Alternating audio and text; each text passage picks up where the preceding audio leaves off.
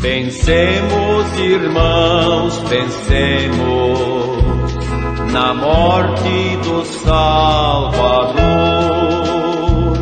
que ressurgiu triunfante,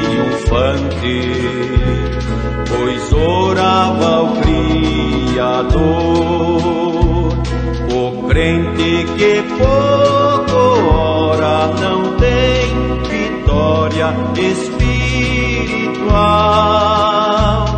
A oração é a chave que abre as janelas celestiais.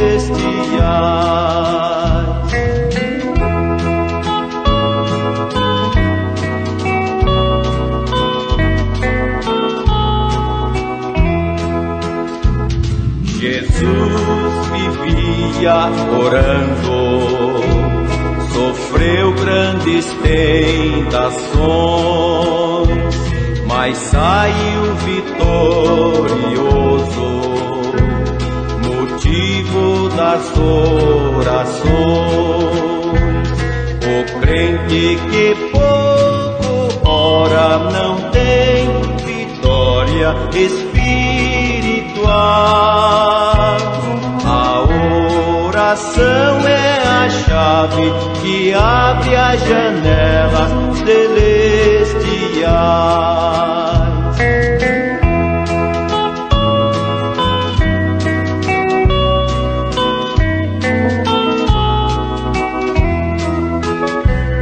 Nós temos um grande exemplo em Jesus o Salvador.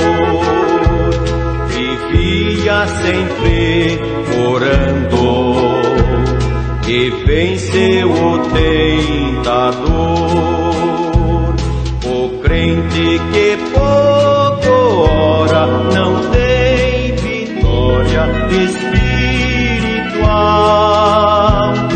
A oração é a chave que abre as janelas celestiais.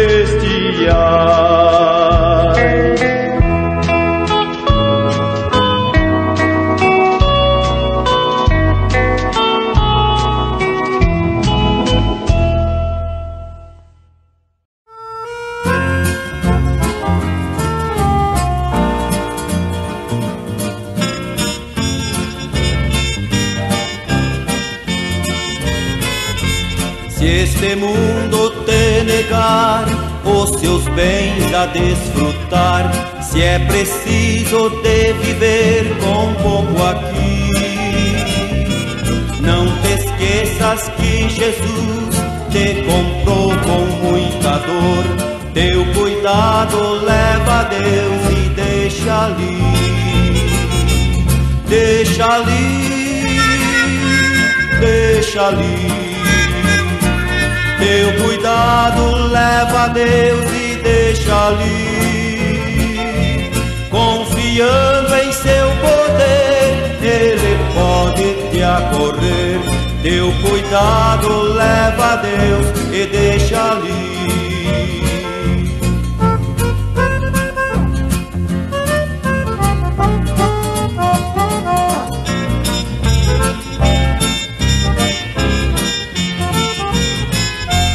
Se Satã vier tentar e teu coração falhar, não te esqueças de que Deus vê tudo aqui.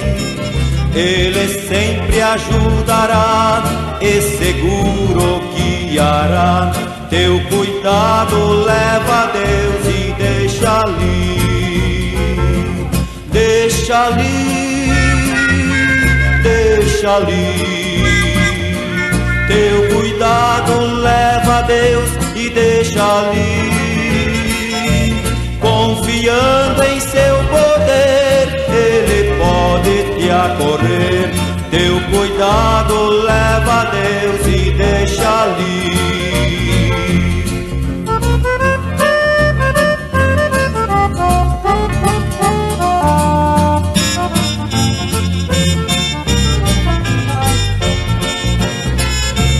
Se teu corpo sofredor tem na vida de sabor, e tua alma está bem triste, aflita em ti, Cristo pode compreender o que sobre ti vier. Teu cuidado leva a Deus e deixa ali,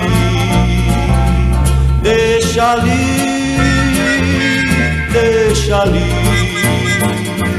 Teu cuidado leva a Deus e deixa ali, confiando em seu poder, Ele pode te acorrer. Teu cuidado leva a Deus e deixa ali.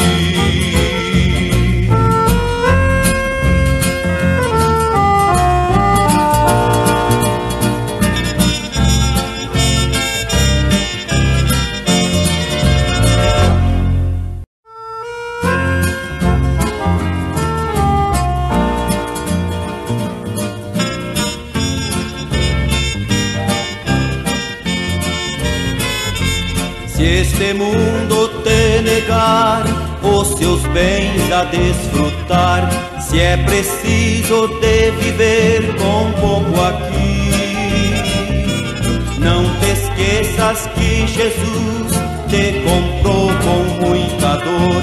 Teu cuidado leva a Deus e deixa ali, deixa ali, deixa ali. Teu cuidado leva a Deus e deixa ali, confiando em seu poder, Ele pode te acorrer. Teu cuidado leva a Deus e deixa ali.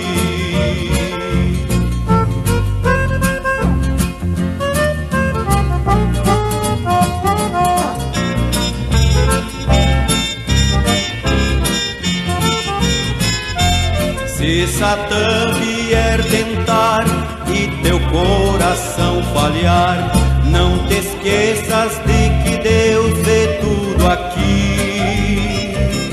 Ele sempre ajudará e seguro guiará. Teu cuidado leva a Deus e deixa ali, deixa ali, deixa ali. Teu cuidado leva a Deus e deixa ali, confiando em seu poder, Ele pode te acorrer. Teu cuidado leva a Deus e deixa ali.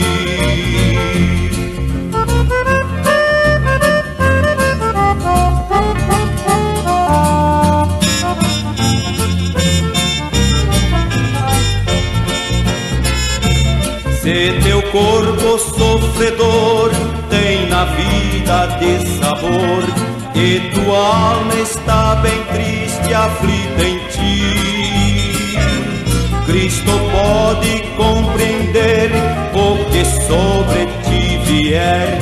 Teu cuidado leva a Deus e deixa ali, deixa ali, deixa ali. Teu cuidado leva a Deus e deixa ali, confiando em seu poder, Ele pode te acorrer. Teu cuidado leva a Deus e deixa ali.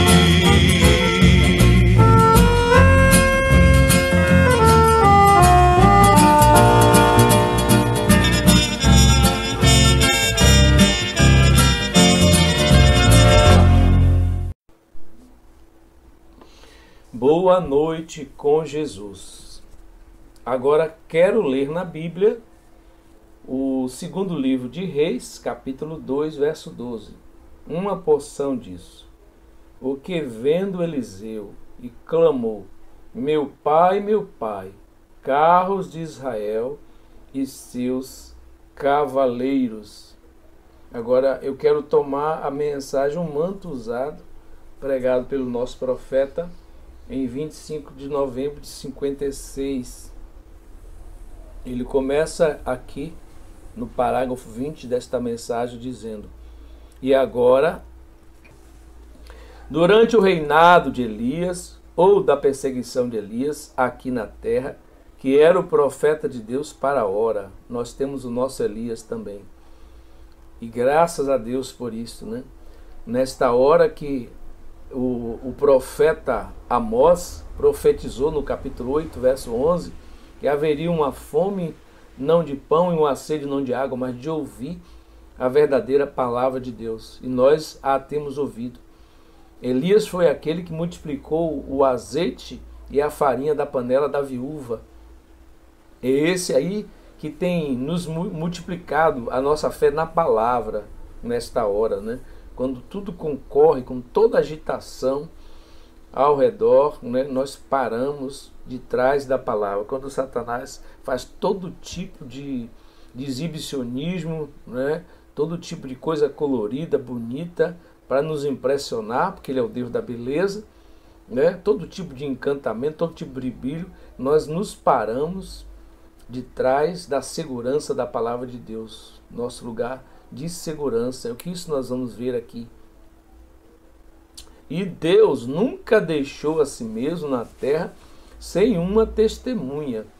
Deus sempre em alguma parte, em algum lugar, teve uma pessoa em que ele pôde colocar suas mãos e firmar como testemunha. Então, se ele fez aquilo desde o Gênesis, no princípio, com certeza, em algum lugar. Deus tem um homem agora. Ele tem muitos homens nos quais ele pode colocar suas mãos agora, porque estamos descendo para o tempo do ajuntamento, o tempo da colheita. O profeta diz no resumo das 7 eras que tanto o joio quanto o trigo têm chegado ao seu amadurecimento.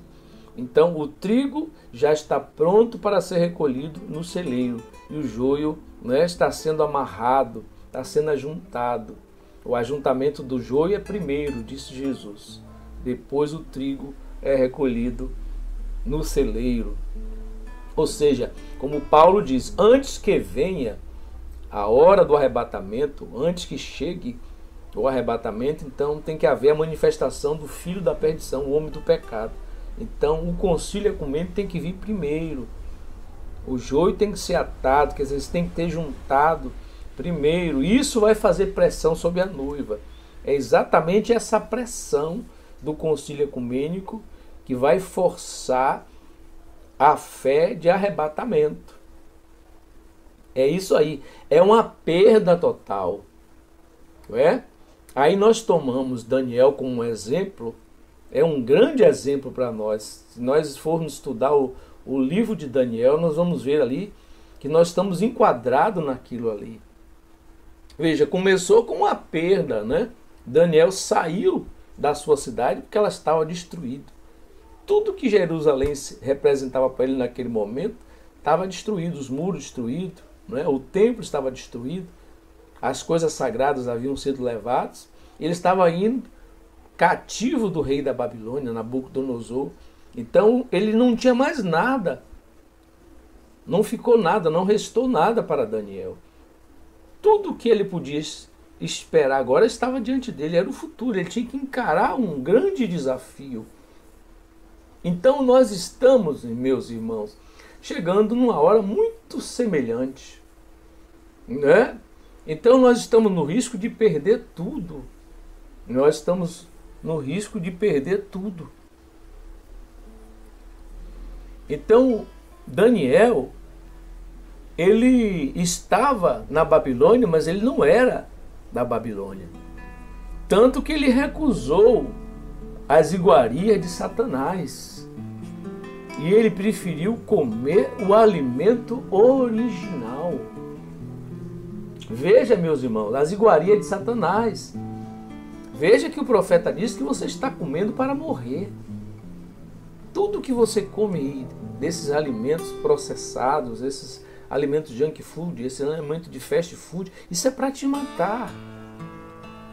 Essas coisas industrializadas, o diabo está trabalhando para te matar, para colocar câncer no seu corpo, para colocar diabetes no seu corpo, para te colocar sedentário, para destruir as suas células, para feminilizar o macho, para enfraquecer as crianças. O diabo está trabalhando, envenenando sua água, envenenando a sua comida, envenenando, poluindo o seu ar. O diabo está trabalhando para te matar. Mas o que pode te ajudar nesta hora? É fazer a decisão que Daniel fez. Comer o alimento original de Deus, o máximo que você puder. Tanto no sentido físico, quanto no sentido espiritual. Você tem que ser o mais natural possível, você tem que ser o mais original possível. A mensagem que nós temos é a mensagem original de Deus. É o que nos diferenciam, né? A mensagem faz distinção hoje daqueles que têm a marca de Deus e daqueles que não têm. Lá em Ezequiel, capítulo 9, você vai ver, Deus mandou o anjo poupar aqueles que tinham o sinal de Deus nas suas testes, naqueles que não estavam se conformando com o sistema. Né? O sistema já estava dentro de Israel, a corrupção já estava, a idolatria, o paganismo já tinha dominado Israel. Israel estava caído da graça, por isso eles foram para o cativeiro. E eles estavam caídos. E Deus mostrou aquilo para o profeta, a condição que eles estavam. Então Deus disse que aqueles que estavam praticando aquelas abominações, que o anjo deveria destruir, que não poupasse velho, mulheres, crianças. Veja, meus irmãos, como estava o mundo antes dessa pandemia. Como estava a condição. Nós estávamos vivendo num mundo que era só diversão. Era um mundo que se preocupava somente com festa, com shows, estádios de futebol lotados, salário milionário para jogadores, para atletas, né? Então tudo foi cancelado, tudo parou. A alegria dos ímpios foi cortada. A felicidade dos ímpios, o que eles gostavam de fazer, se divertir. Os Jogos Olímpicos no Japão foram suspensos. As casas de espetáculo estão vazias. Você vê, isso é um sinal para nós. O mundo dos ímpios. Então, por quê? Porque eu sempre tenho dito, somos nós, cristãos, que estamos subsidiando isso tudo. Nós estamos subsidiando isso tudo. Porque Deus retém a sua ira enquanto o seu povo estiver aqui. Deus reteve sua ira enquanto Ló estava dentro de Sodoma. Na hora que Deus conseguiu, através dos seus mensageiros, tirar Ló, então o fogo caiu. Então Deus está esperando o quê? O seu povo clamar. O seu povo orar para quê? Para que haja um maranata, um hora vem, Senhor Jesus. Então, meus irmãos, entendam a hora que nós estamos vivendo. Essa é a hora do justo sair da angústia e o ímpio entrar dentro dela. Eles só estão fazendo essas músicas imorais, eles estão fazendo essas coisas nojentas, porque nós estamos aqui. Porque você está aqui. Enquanto eles se divertem, enquanto eles gozam, eles enriquecem às custas de tudo isso aí, não é? Como diz o profeta, eles têm os seus lucros imundos, os corruptos políticos nossos, né? Estão se endinheirando, esses pastores, né? Pegureiros, esses falsos mensageiros estão enriquecendo às custas do povo. O justo está gemendo. Paulo diz que nós gememos dentro de nós mesmos, esperando a redenção do nosso corpo. Então quem tem o Espírito Santo são os que estão gemendo. O profeta disse, nós achamos que esta era é uma boa era, nós estamos com o espírito errado. Sabe o que esta era é? É uma era para pecar. O profeta disse que esta era, o pecado foi legalizado. Né? O pecado foi legalizado. Então, enquanto o justo sofre, o ímpio tem tranquilidade. Né?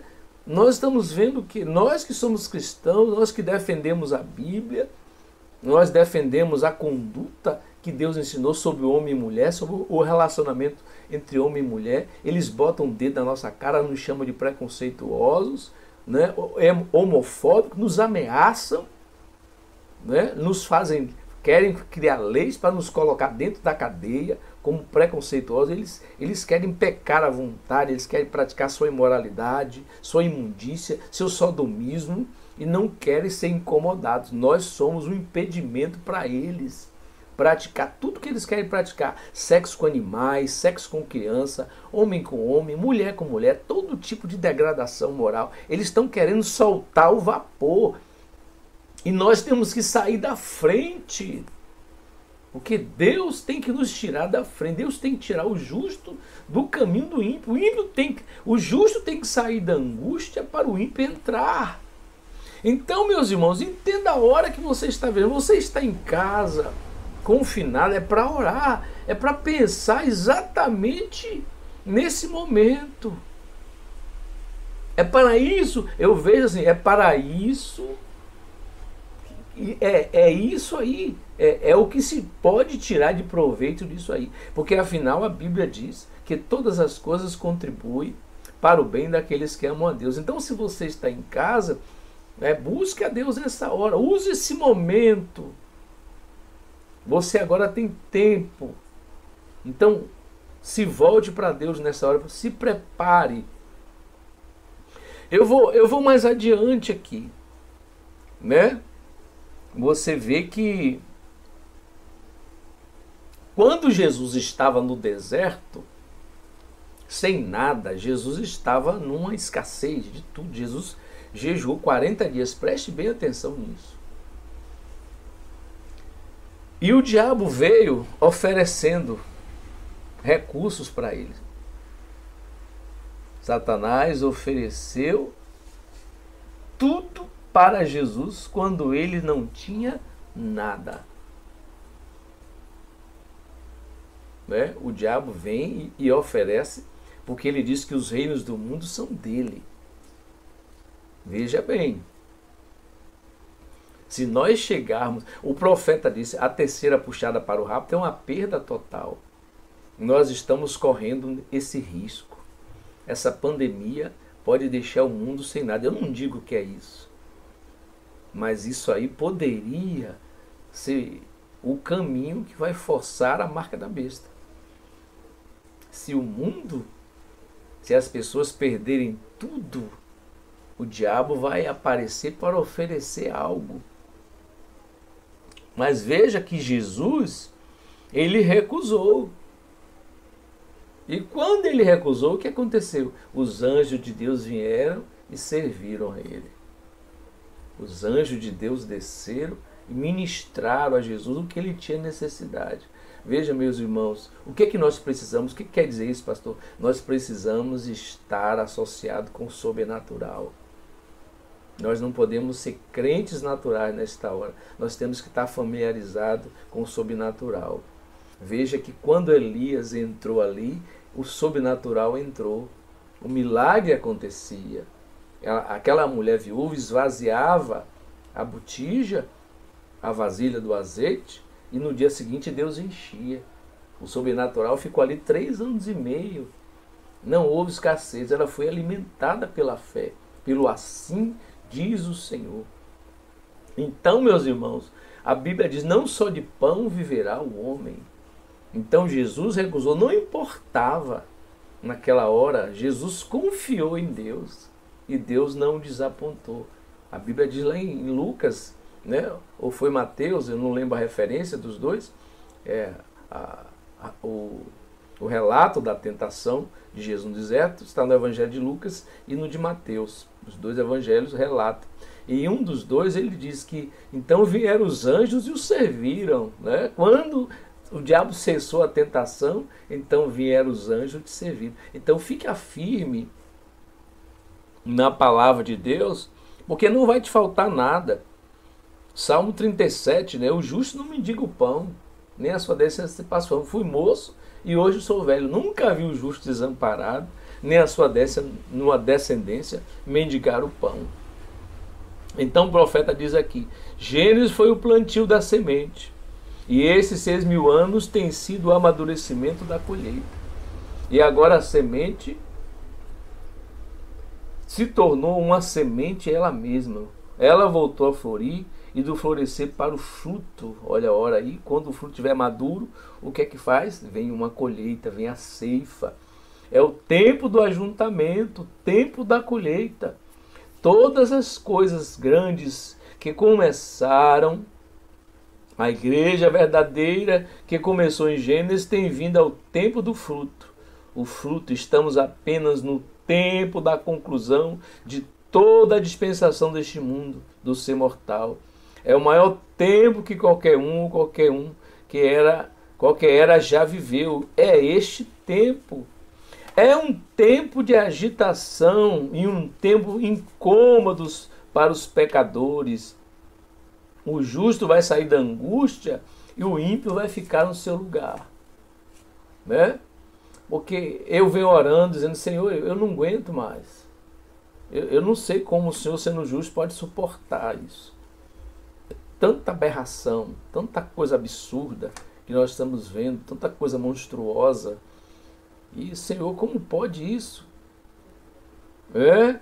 Meu Deus, o Senhor não pode passar tanto tempo. O Senhor vai ter que levantar Sodoma e Gomorra e se desculpar por haver queimado, porque essa geração já ultrapassou 1 milhão de vezes Sodoma e Gomorra. O profeta não cansa de dizer isso, né? E Sodoma seria um marco, seria um exemplo para essa geração de hoje. É um tempo incômodo para os pecadores, mas é um tempo maravilhoso para os cristãos. O profeta diz: sua vinda irá fazer um regozijar e outro lamentar profundamente. Será um tempo de decepção. Sabemos que estamos aguardando as coisas, ou reunindo os últimos pequenos esforços para irmos para casa e encontrarmos com o Senhor.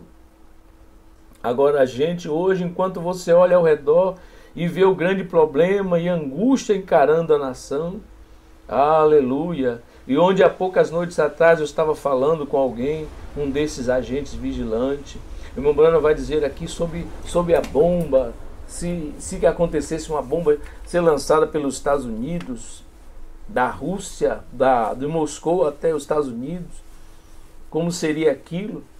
Mas eu vi uma coisa interessante, meus irmãos, que a Terceira Guerra não precisava ser uma guerra por bomba atômica. Esse vírus que foi solto aí, essa coronavírus 19, isso pode ser uma arma biológica, isso pode ter se soltado, ter sido liberado intencionalmente, isso já é uma guerra. Nós estamos vivendo um estado de guerra. Tá parecendo que nós estamos numa guerra. Então isso já está acontecendo. Isso já pode estar ocorrendo agora e as consequências virão mais tarde. Como o mundo ficou depois da Primeira Guerra, como o mundo ficou depois da Segunda Guerra, e como o mundo vai ficar depois dessa pandemia, isso já pode ser considerado uma guerra. Se isso durar muito tempo, nós vamos ter dificuldades muito grandes. O mundo vai demorar para se erguer, a economia vai se levantar, vai demorar para se erguer. Veja que coisa. Mas aí o profeta diz que é um tempo de aniquilação. Agora veja, o profeta ele diz: estou tão feliz, porém estou tão feliz por termos um abrigo. O nome do Senhor é uma torre poderosa. Os justos que correrem para ela estarão salvos. Não importa a quantidade de bombas ou quantas coisas que estamos salvos. Ali então, o mundo e o pecador não tendo este abrigo ou este lugar de segurança. É hora do tremor. Eu creio, se não fosse um cristão, eu ficaria louco ao pensar no que pode acontecer a qualquer hora. E com a casa cheia de criancinhas e tudo mais, eu não saberia o que fazer. Eu digo, nem eu, irmão Brana. Mas estou tão feliz por ficar em pé em minha casa e lhe apresentar um abrigo que bomba alguma poderia jamais tocá-los, ou nada mais, sob as asas protetoras do Senhor Jesus. Não pelo poder nem pela força, mas pelo meu Espírito, diz o Senhor. Esta é a nossa proteção. E que grande tempo glorioso é este, em saber que todo pecado e lutas e provas da vida logo terminarão. Tudo terminará um desses dias. Aleluia. Iremos para casa com o Senhor. Agora o que sobra é um tempo para pregarmos o Evangelho e trazermos para dentro desta grande torre tanto quantos puderem. Então, enquanto vemos o exemplo Elias durante o seu reinado, da sua peregrinação na terra, ele era um grande e poderoso homem. Deus o estava usando de maneira poderosa, com um poder poderoso, e descobrimos que havia um grupo de personificadores que tentaram personificar Elias, tentaram fazer as mesmas coisas que ele fez. Aleluia. O profeta diz: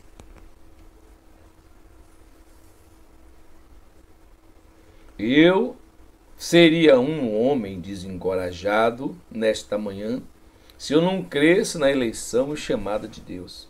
Se eu pensasse que este mundo foi deixado por consequência disto, pelo poder do homem, através da sabedoria do homem e pelas grandes quatro e as nações, por quem nunca nem mesmo mencionou o nome de Deus, eu seria uma pessoa desencorajada, mas não estou olhando para isso através do resultado. Eu olho para as páginas desse velho livro aqui, onde Deus o escreveu e tudo acontecerá da maneira que ele disse. Isso é tudo.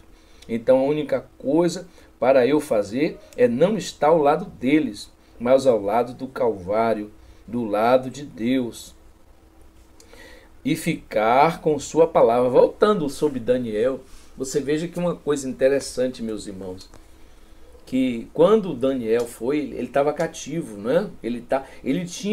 Os judeus tinham a ordem de submeter o rei Nabucodonosor, né? Os que quisessem viver se submetessem ao rei, porque aquilo era a mão de Deus, né? Isso que está acontecendo é permissão de Deus, né? Então você vai sendo provado. Quando é para você fazer o que não contraria a palavra de Deus, então você está sujeito àquilo.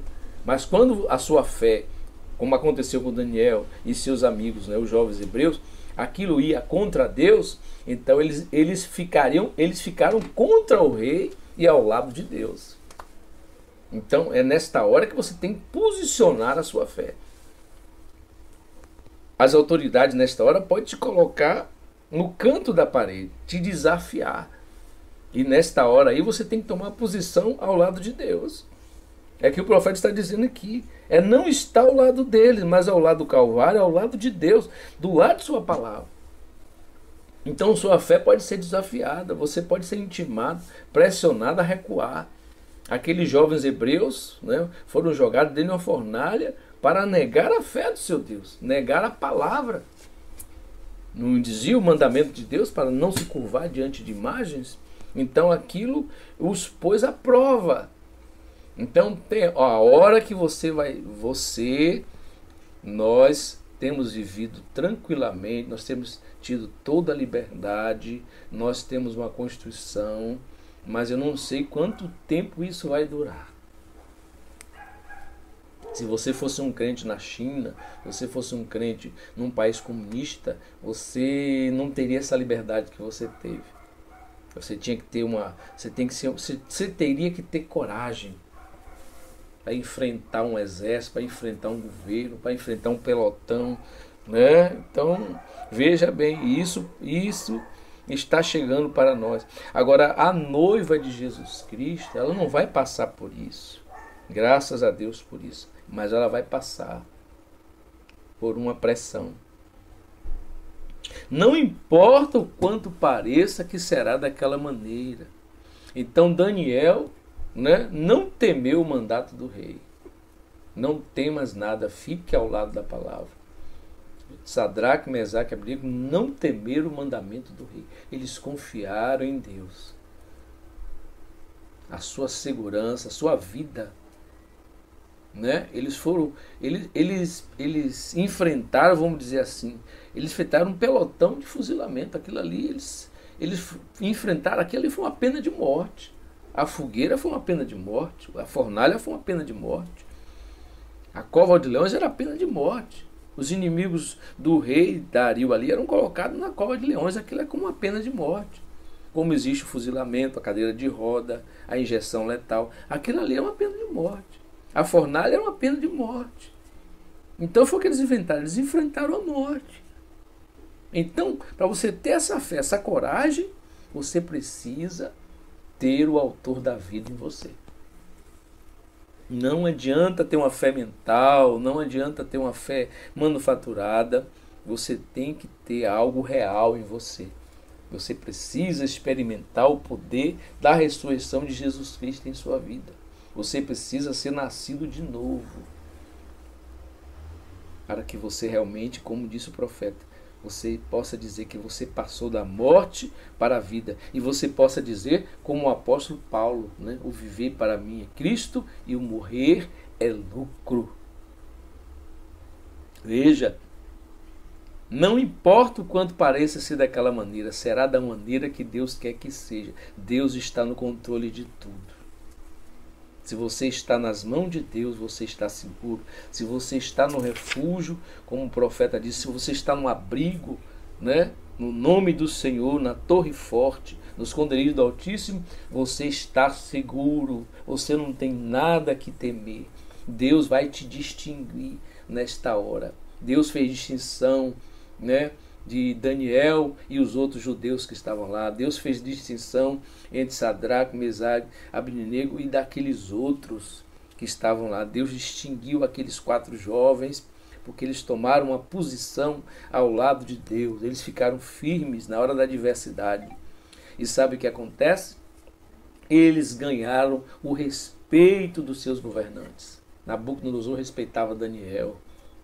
Nabucodonosor respeitou Sadraque, Mesaque, Abednego. Se você tomar a posição lá de Deus, até os seus inimigos vão te respeitar pela sua postura, pela sua coragem. Nesta hora, a pior coisa que a gente pode ser é um crente fingido, é um crente manufaturado.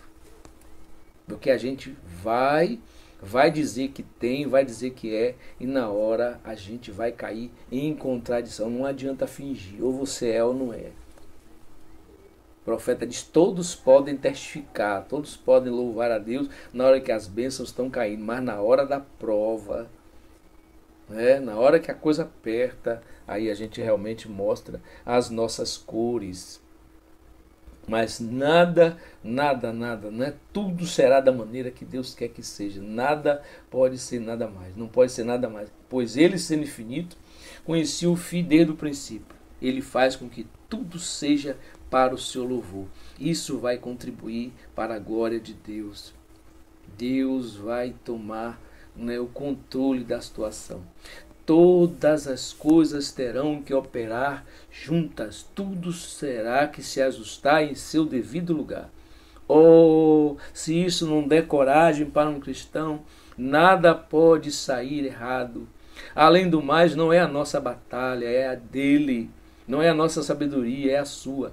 A única coisa que temos que fazer é colocar nossa confiança ali e ficarmos quietos e vermos a glória de Deus. Vermos como Ele se move ao redor do seu lugar. E cada roda girando. Isso pode ser espalhado de lado a lado, mas isso moverá bem no seu lugar quando Deus fala a palavra.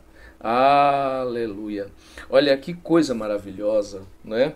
Daí, nesta mensagem, tem um parágrafo que eu gosto muito, quando o profeta diz aqui que Elias e Eliseu foram em direção ao Jordão.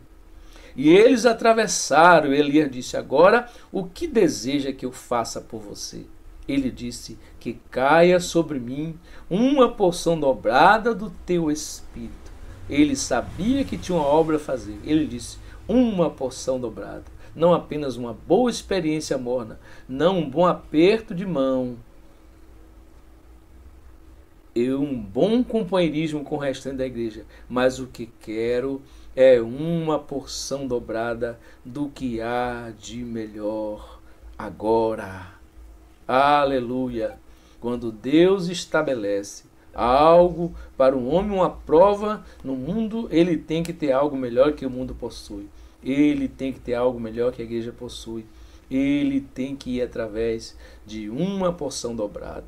E se alguma vez... não.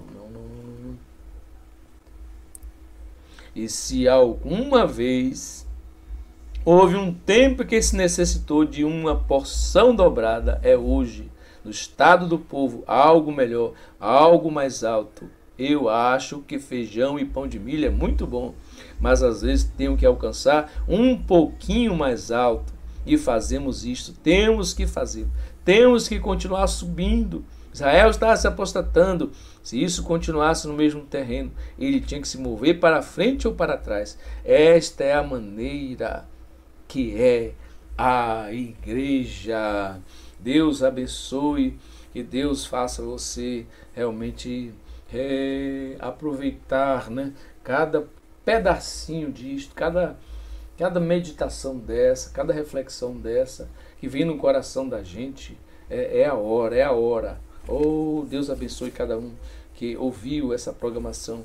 Por que não dizer de fé para vencer? Deus abençoe no nome de Jesus.